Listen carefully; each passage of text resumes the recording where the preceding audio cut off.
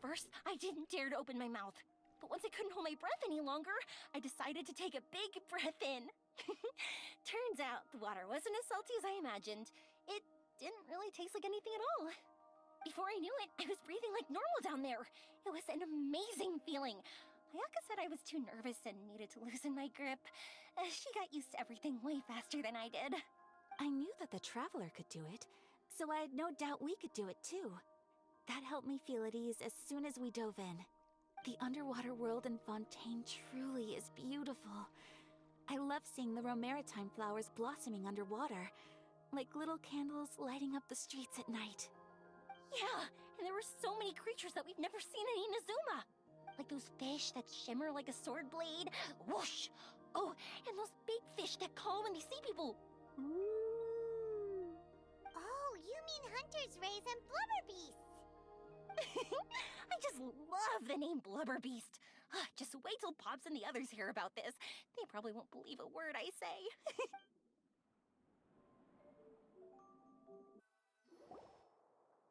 Yoimiya was down there for quite a while. It was dark before we finally rode the aquabus back to the city. I figured she'd want to sleep in today. Yeah, even I was worried that I wouldn't be able to get up.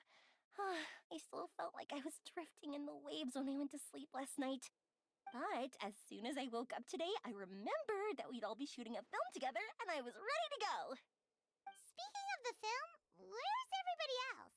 My brother and Xavier were speaking to the restaurant owner about using the place as a filming location. They should be here soon. As for the others, We're here. Please excuse my tardiness. I just finished the Special Patrol's 6-mile morning jog. Wait, 6 miles? I'm so tired. I heard you all chatting, so I decided to come down. I sure could use some of that endless energy everyone else has. Good morning, everyone. Morning. Can someone fetch me a cup of coffee? More milk, hold the sugar. Sure. I'd be happy to do that for you. No, you can't go anywhere. Please, have a seat over here so I can get started on your makeup. The last thing I want is coffee stains on my costumes. I can get the coffee.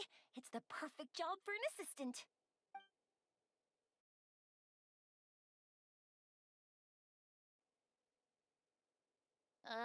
So much energy. Seriously, what's her secret? Oh, Yoimiya's always like that. But you sure look exhausted, Farina. It's because you're not used to waking up so early, huh? Of course not. I spent the whole night reading the novel from cover to cover, marking sections that either need to be omitted or adapted. Wow. Paimon didn't expect you to be so thorough. Well, I was the biggest star in all of Fontaine after all. It takes more than just a pretty face to earn a reputation like that. I know how to get serious when the situation calls for it. I went all out when I was acting as an Archon, so why wouldn't I do the same for my own life? Here's your coffee, Director Farina. Oh, thank you. The sound of being called director and the aroma of coffee feels almost as refreshing as hearing the birds chirping in the morning. Oh, it seems everyone has managed to arrive on time. We've reached an agreement with the restaurant owner. We are free to use the second floor to shoot our film. Really? That's great! He is really looking forward to our film, and hopes that providing his restaurant as a filming location will attract more customers. Well then, Mr. Xavier, I'll leave the rest to you. Okay, thanks. First, I'd like to introduce our new members. This is our prop manager, Veronique. She'll be in charge of all the film's props and items. And this is Bonneau, our lighting technician. He'll be in charge of lighting and illumination to set up each scene's atmosphere. Wow. Sure feels like we have some real professionals joining the crew now. First of all, please allow me to first express my sincerest gratitude to everyone in the crew.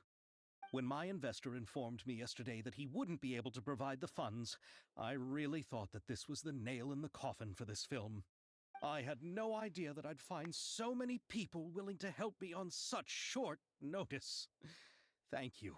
Thank you all from the bottom of my heart. No need to be so cordial, Mr. Xavier. We're all honored to be a part of this. Your works made a profound impression on me when I saw them back in Inazuma. I am sure that someday, this film will be remembered as a prime example of cultural exchange between Fontaine and Inazuma. Yes, the story is the reason I agreed to join. I can't bear to even imagine what this film would look like without the very best director. Anyway, I would like to make a promise to everyone that as the producer of this film, I'll do whatever I can to ensure that everything goes as smoothly as possible. This is not just my film. It also embodies the thoughts and feelings of every person here, as well as the endless effort we are about to pour into it. So, without further ado, The Two Musketeers will officially begin filming now! You may take it from here, Director Farina. All right. Listen up, everyone.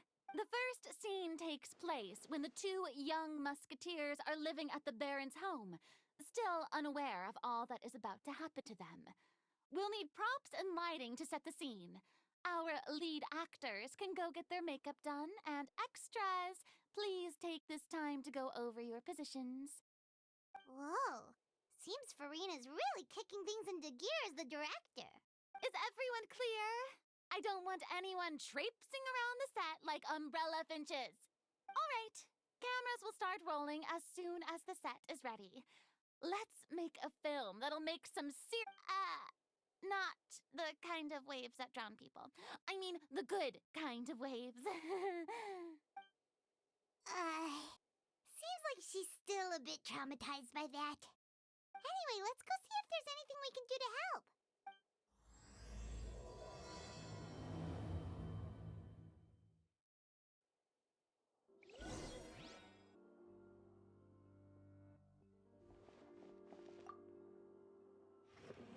How about here? A little more to the left. You got it. Hey, Yoimiya, do you need a hand? No, I'm fine. You know, doing the lighting is kind of like designing a fireworks show. It's interesting to imagine what kind of atmosphere the lights will create.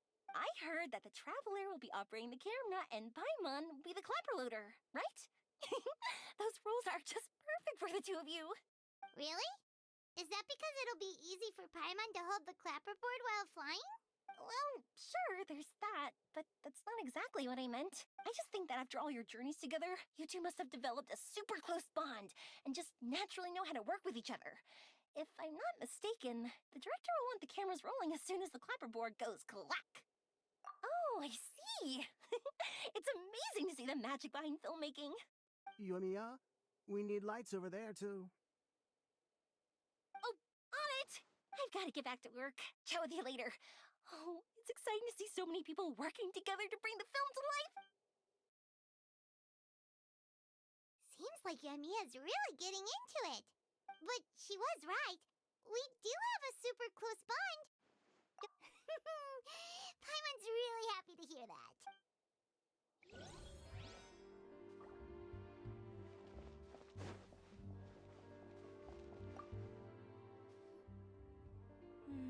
Ayaka has mentioned you to me before. She said that you two were great friends when you were kids. No talking. I'm thinking about how to do your eyeshadow. Ah, yes. To help me really look the part. To achieve a more young and naive look for this scene. Are you saying the wrinkles around my eyes are too... You just have too much of a calculating look in your eyes. You sure don't mince your words. It seems you really haven't changed much. Quiet.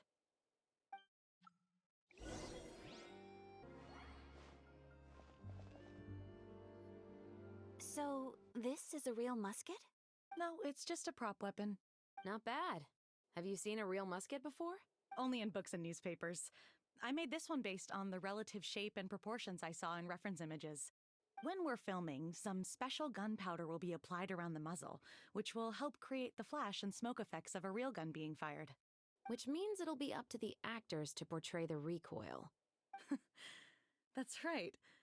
The sound effects for gunshots will also be added in post-production. Thank you, Veronique. I think I know where to start now. However, the musket's gears and firing pin could still use some work. Adding some wear on the metallic components will make them appear more realistic. Also, be sure to rub the muskets with some oil each time before we start shooting. That'll give the impression that the firearms have been well maintained. Good point. You seem to know a lot, Miss Chevres. I assume you use these types of firearms on a Yes, I perform routine maintenance on my weapons every day.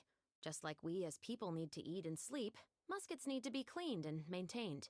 I also perform similar care for my sword every day, and familiarize myself with its shape and weight, to the point where it feels like a natural extension of my body.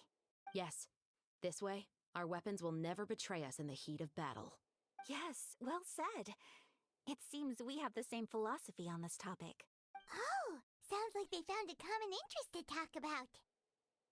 Though these props differ from the muskets I use, I can still give you some pointers. Good. I look forward to your instruction. First and foremost, never point the weapon at anyone, regardless of whether it's a real or prop weapon or whether you're holding it or it's on the table. This holds for any time when you're not actively engaging an enemy. Okay, understood. When aiming the musket, extend your arm so that it's level with your shoulder and use your eye to look down the weapon's sights. Like this? Not bad.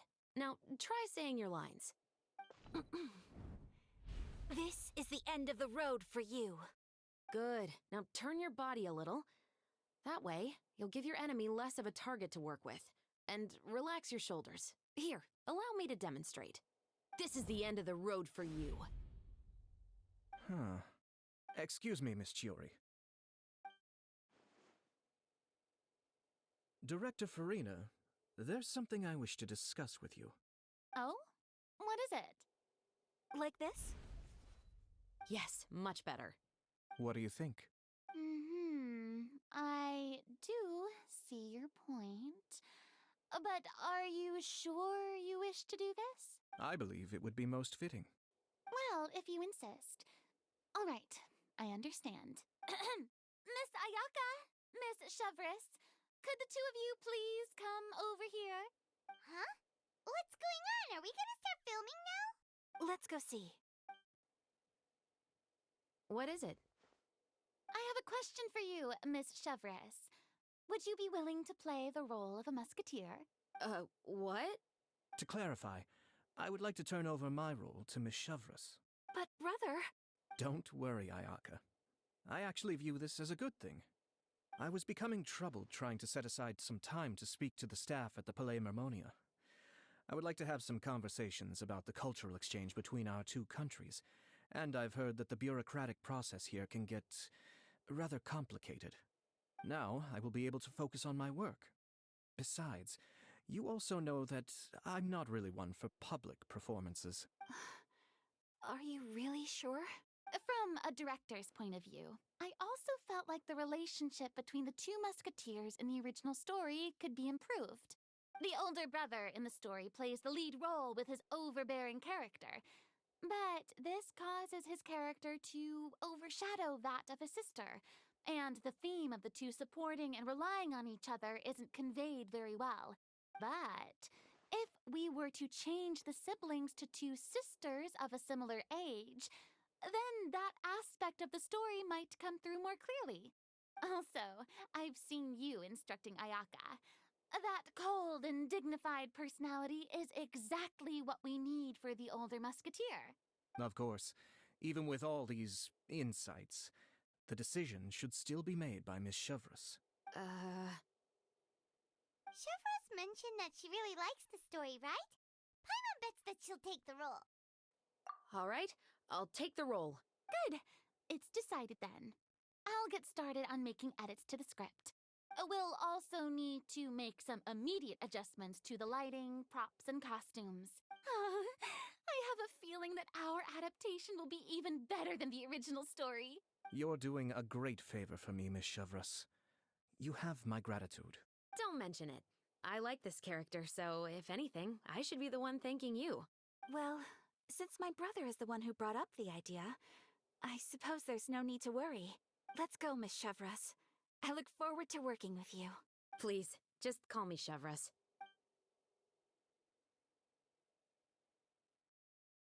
Seems like you're really going out of your way to solve the problem I was having with your makeup. Surely you jest, Chiori. I assure you that I was mostly motivated by a desire to spend more time on formal business. Oh, come on. You really think I'd buy that?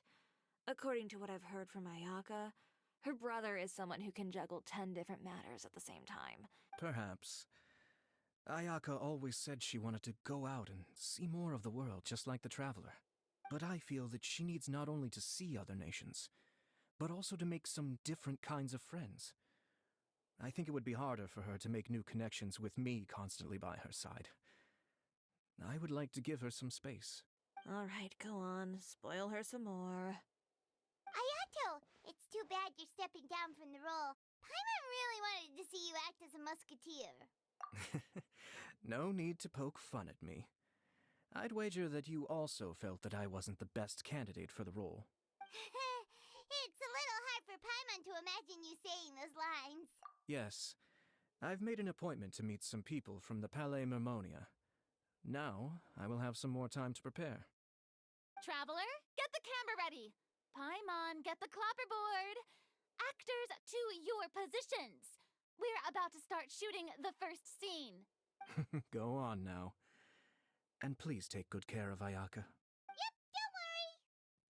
Thank you. I look forward to seeing the film when it's finished. Right. Now that we're all here, let me help set the scene for everyone. The first scene takes place when our two main characters are still living at the Baron's estate. They've been ostracized and verbally abused by others in the household, but they still have no idea why. Chevres will be playing the role of the older sister, Tulip, and Ayaka will be the younger sister, Iris. Be sure to get close-ups of the main characters at the right moment. Silence on the set! Lights! Camera! Action! Let's go! Tulip, Mother's been out for quite a while now. Perhaps she went to pick some flowers on the way home. You know how she loves flowers. Iris, Tulip, I'm home. Mother, you were out for so long, we were beginning to worry about you. I'm sorry, but I'm back now, safe and sound. Mother, what are those bruises on your hand? Huh? What bruises? Oh, I must have bumped into something while I was working yesterday. But I didn't notice them this morning. Then perhaps they're from when I accidentally tripped when I was out just now. By the way, did you have fun playing at home? What's the matter, Iris? Well, we've realized that no one really wants to play with us. They even took Iris's doll and spat at us. And they even called us names. They said we were... Shh! It's all right, don't worry. Girls, listen to me. It doesn't matter what anyone says. Don't listen to them. No one can define you with such words. You both have wonderful lives ahead of you. Just like your names. You will both blossom like beautiful flowers. Maybe your time to blossom hasn't quite come yet, but one day, you two will bloom more beautifully than anything else. Don't let the soil you're in now ruin your future beauty. Understand? My dear daughters. And cut! Not bad. The actors' emotions were all on point. Let's keep that take. Also, if our clapper loader could avoid shouting at the start of the scene next time. Oh, got it. Great. I was a little worried that my nerves would get the better of me. What about you, Chevres? I felt fine. The lines weren't too difficult at all. Seems like Farina must have adapted the role nicely. You two were great. I couldn't tell it was your first time acting in a film. You should have more confidence. Thank you for your encouragement. Positions, everyone! We'll move on to the next scene after we try a few more camera angles.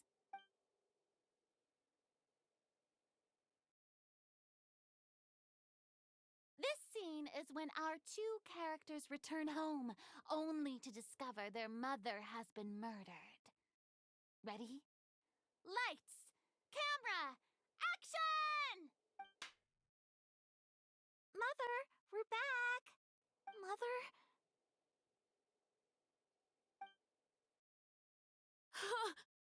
What's wrong, Tulip?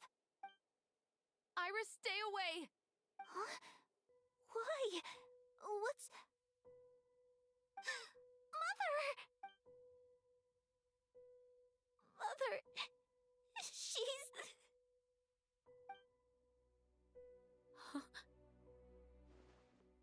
There's poison in this cup.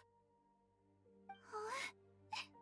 I could have sworn I've seen this kind of cup before. Those aristocrats. They didn't even try to cover up their actions.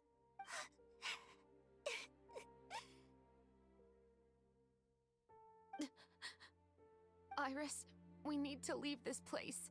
Leave? But now that Mother is gone, where can we even go? Anywhere. All I know is that we can't stay in this house. But are we just going to let them get away with this? We'll have our revenge, I promise you. Just not right now.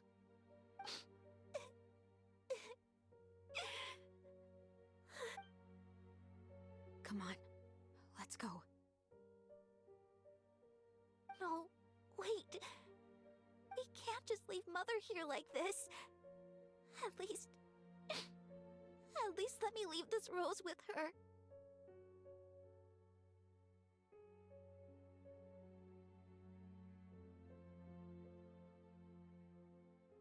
That's why we went out in the first place.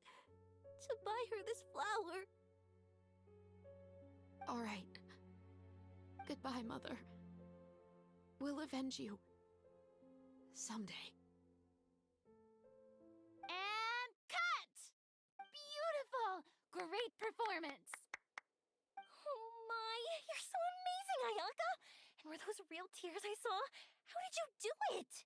I was surprised too. Thank you for the kind compliments. Actually, as soon as Director Farina said action, I told myself not to think about anything. I just felt the weight of the moment and became the character. It's quite similar to practicing the art of the sword. You clear your mind and focus only on what's happening in front of you. Ayaka's performance was amazing. Have I discovered an acting prodigy? Pipe down, everyone! We need to move on to the next scene!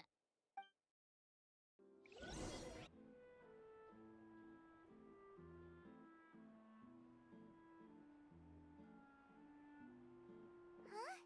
Are we done already? But Paimon wants to keep playing with the clapperboard. How do you feel, Traveler? Is your arm sore from holding the camera all day? Good work, you two. You too, Shivers. You were quite the actress today. I've read this novel many times before. I have a good grasp of my character's mindset. Anyway, do you remember my request from yesterday? Oh, right! We were having so much fun that Paimon nearly forgot! You have a case where the murders seem really similar to the cases in the novel, right?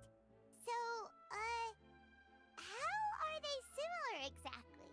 In the story, the main characters grow up to become two musketeers, always using their guns to carry out their revenge. And on each of the victims, they place a rainbow rose as a signal that they've returned. Yes, that's correct. We found rainbow roses just like in the novel. Seems like you're connecting the dots now. Oh, that does sound pretty concerning. Especially after seeing the script today. Ooh, now Paimon can't stop wondering what kind of ulterior motive the murderer might have. What do you think, Traveler? You're smart. Paimon wants to hear your thoughts. Good. On behalf of Fontaine's Special Security and Surveillance Patrol, thank you for your dedication to justice. There's no time to lose. We should start investigating right away. Follow me. Huh? Right now? But we just got done filming all day. Paimon's so tired. The most valuable intel always comes after nightfall. They are like small, remote islands in the middle of the sea. If you don't stay vigilant, you will pass right by them in the fall. That's how one of my favorite books always puts it, at least. So, where are we going right now? Let's start by checking out some workshops that sell mechanical components. If the culprit is making their own weapons, it's very likely that they'll visit those sort of places.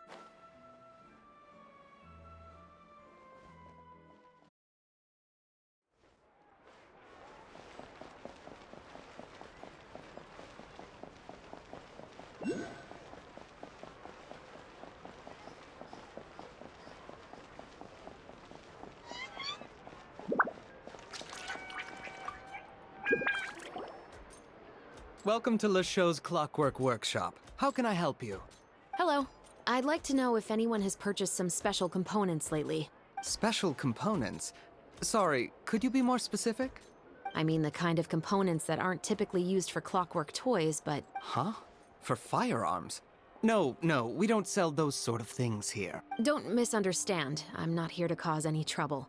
We are merely investigating a case, and we're hoping that you could cooperate. Well, to be completely honest, I'm not even sure what kind of components that would entail. Has anyone ever purchased components here as an individual rather than on behalf of an organization? We have a lot of customers who buy toys, but those who buy components are all regular customers who buy in bulk on behalf of their organization. Is that so? I understand. Thank you for your cooperation. You're welcome. It's the least I can do.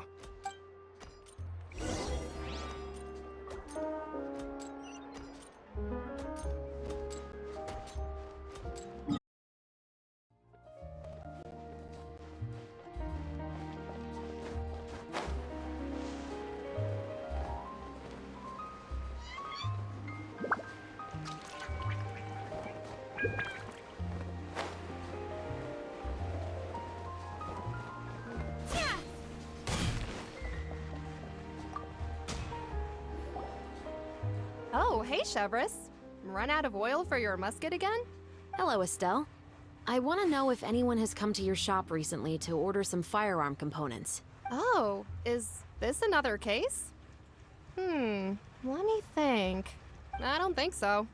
Some people have requested that I make some prop guns for the Fontanalia Film Festival, but I refused all of those requests. Oh? Why's that?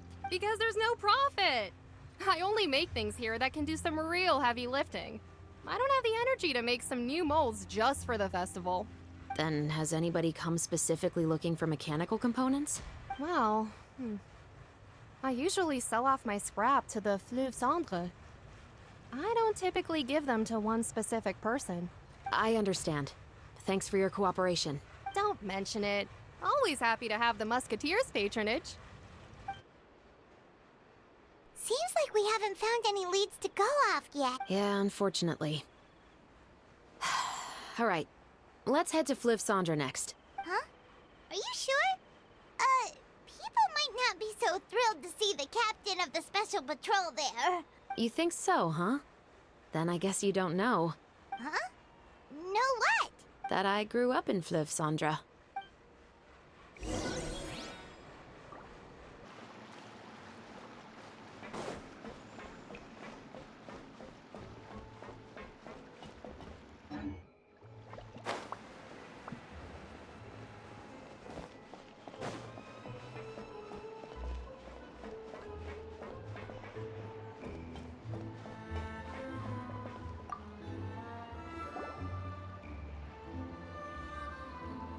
It's been a while, Please, just get on with your request.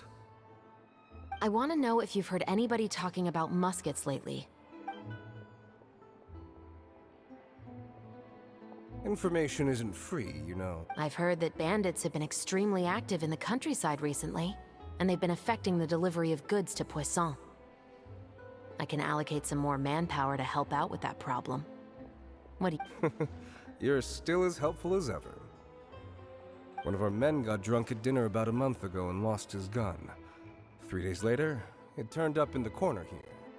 What's weird about that? He just forgot where he put it, right? This is Fleuve Cendre, my friend. Anything of value left in the tavern won't ever make it to the next day. But that gun turned out to be an exception. Didn't get any new wear and... I suspect it came back because the weapon was already known to the guards. You mean, a criminal was afraid the Marechaussee fan... I didn't say anything about a criminal. In Fleuve Sandra, knowing who was killed is as easy as knowing what clothes you're wearing today. It's the guy living in the East Side, isn't it? I've never liked him. Every time he's here, he just orders a drink and sits there with a nasty look in his eyes. So, who was the one who lost the gun in the first place? Don't bother. Even if you ask, he wouldn't admit to owning a gun to some strangers. Not to mention the captain of the Special Security and Surveillance Patrol. He's right. I know you grew up here, Chevrolet. Even though you're on good terms with the Spina, you've still been gone too long. Not many people know you here now, and a lot of people don't like the Special Patrol. I know. So take my advice and don't show your face too much around here. It's for your own safety. I'll come and go as I please. And I'm afraid I'll be appearing more often due to my work. All right. Don't say I didn't warn you.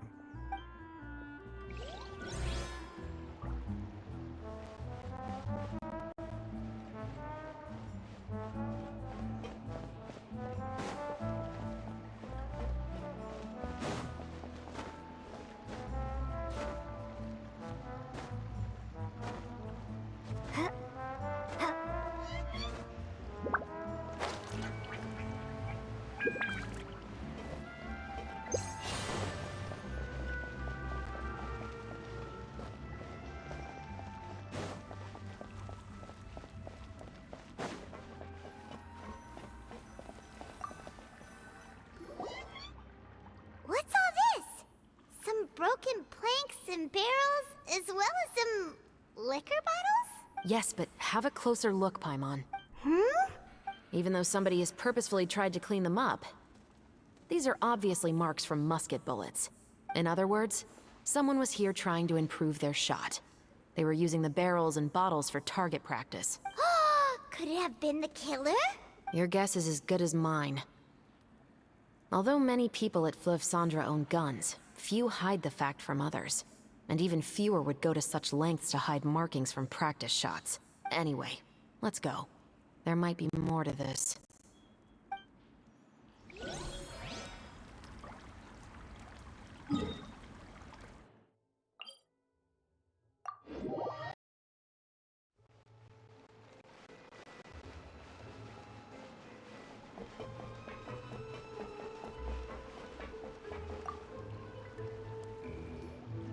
Hello, I'd like to ask some questions. I don't know anything.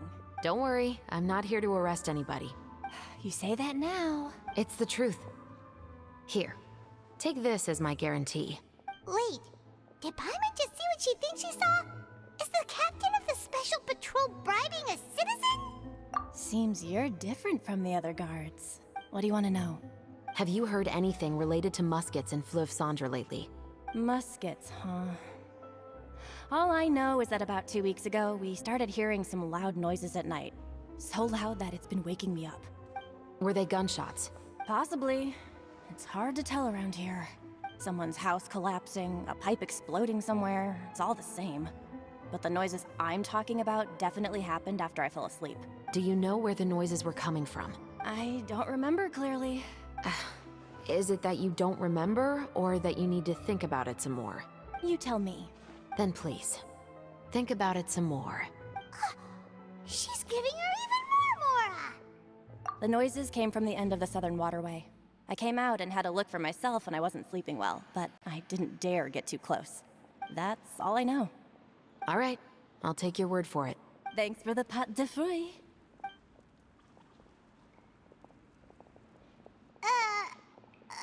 No need to be surprised. I grew up here, remember? I know how to get people around here to talk. My apologies, I'm all out of sweets. Though I do have some other tempting snacks in my custody. Fries, fried chicken, and even onion rings. But taking care of junk food is my responsibility. You're better off sticking to your normal, nutritious diet. Now then, let's keep going.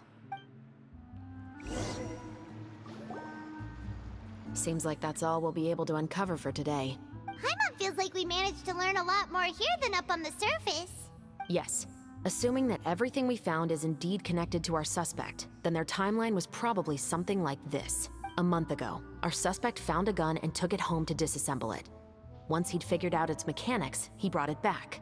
In the following weeks, he used some parts to create his own makeshift musket and took it to the Fleuve Cendra for target practice. Then, a few days ago, he found his target and carried out the murder.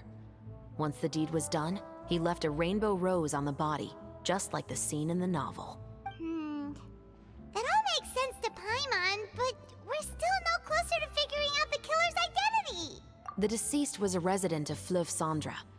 It's said that he was a poor, solitary man. Yeah, that's also something I'm trying to figure out. If we are indeed following the novel, and there's a story behind the murder, then this murder should be an act of vengeance. But according to our investigation, the deceased didn't have any enemies.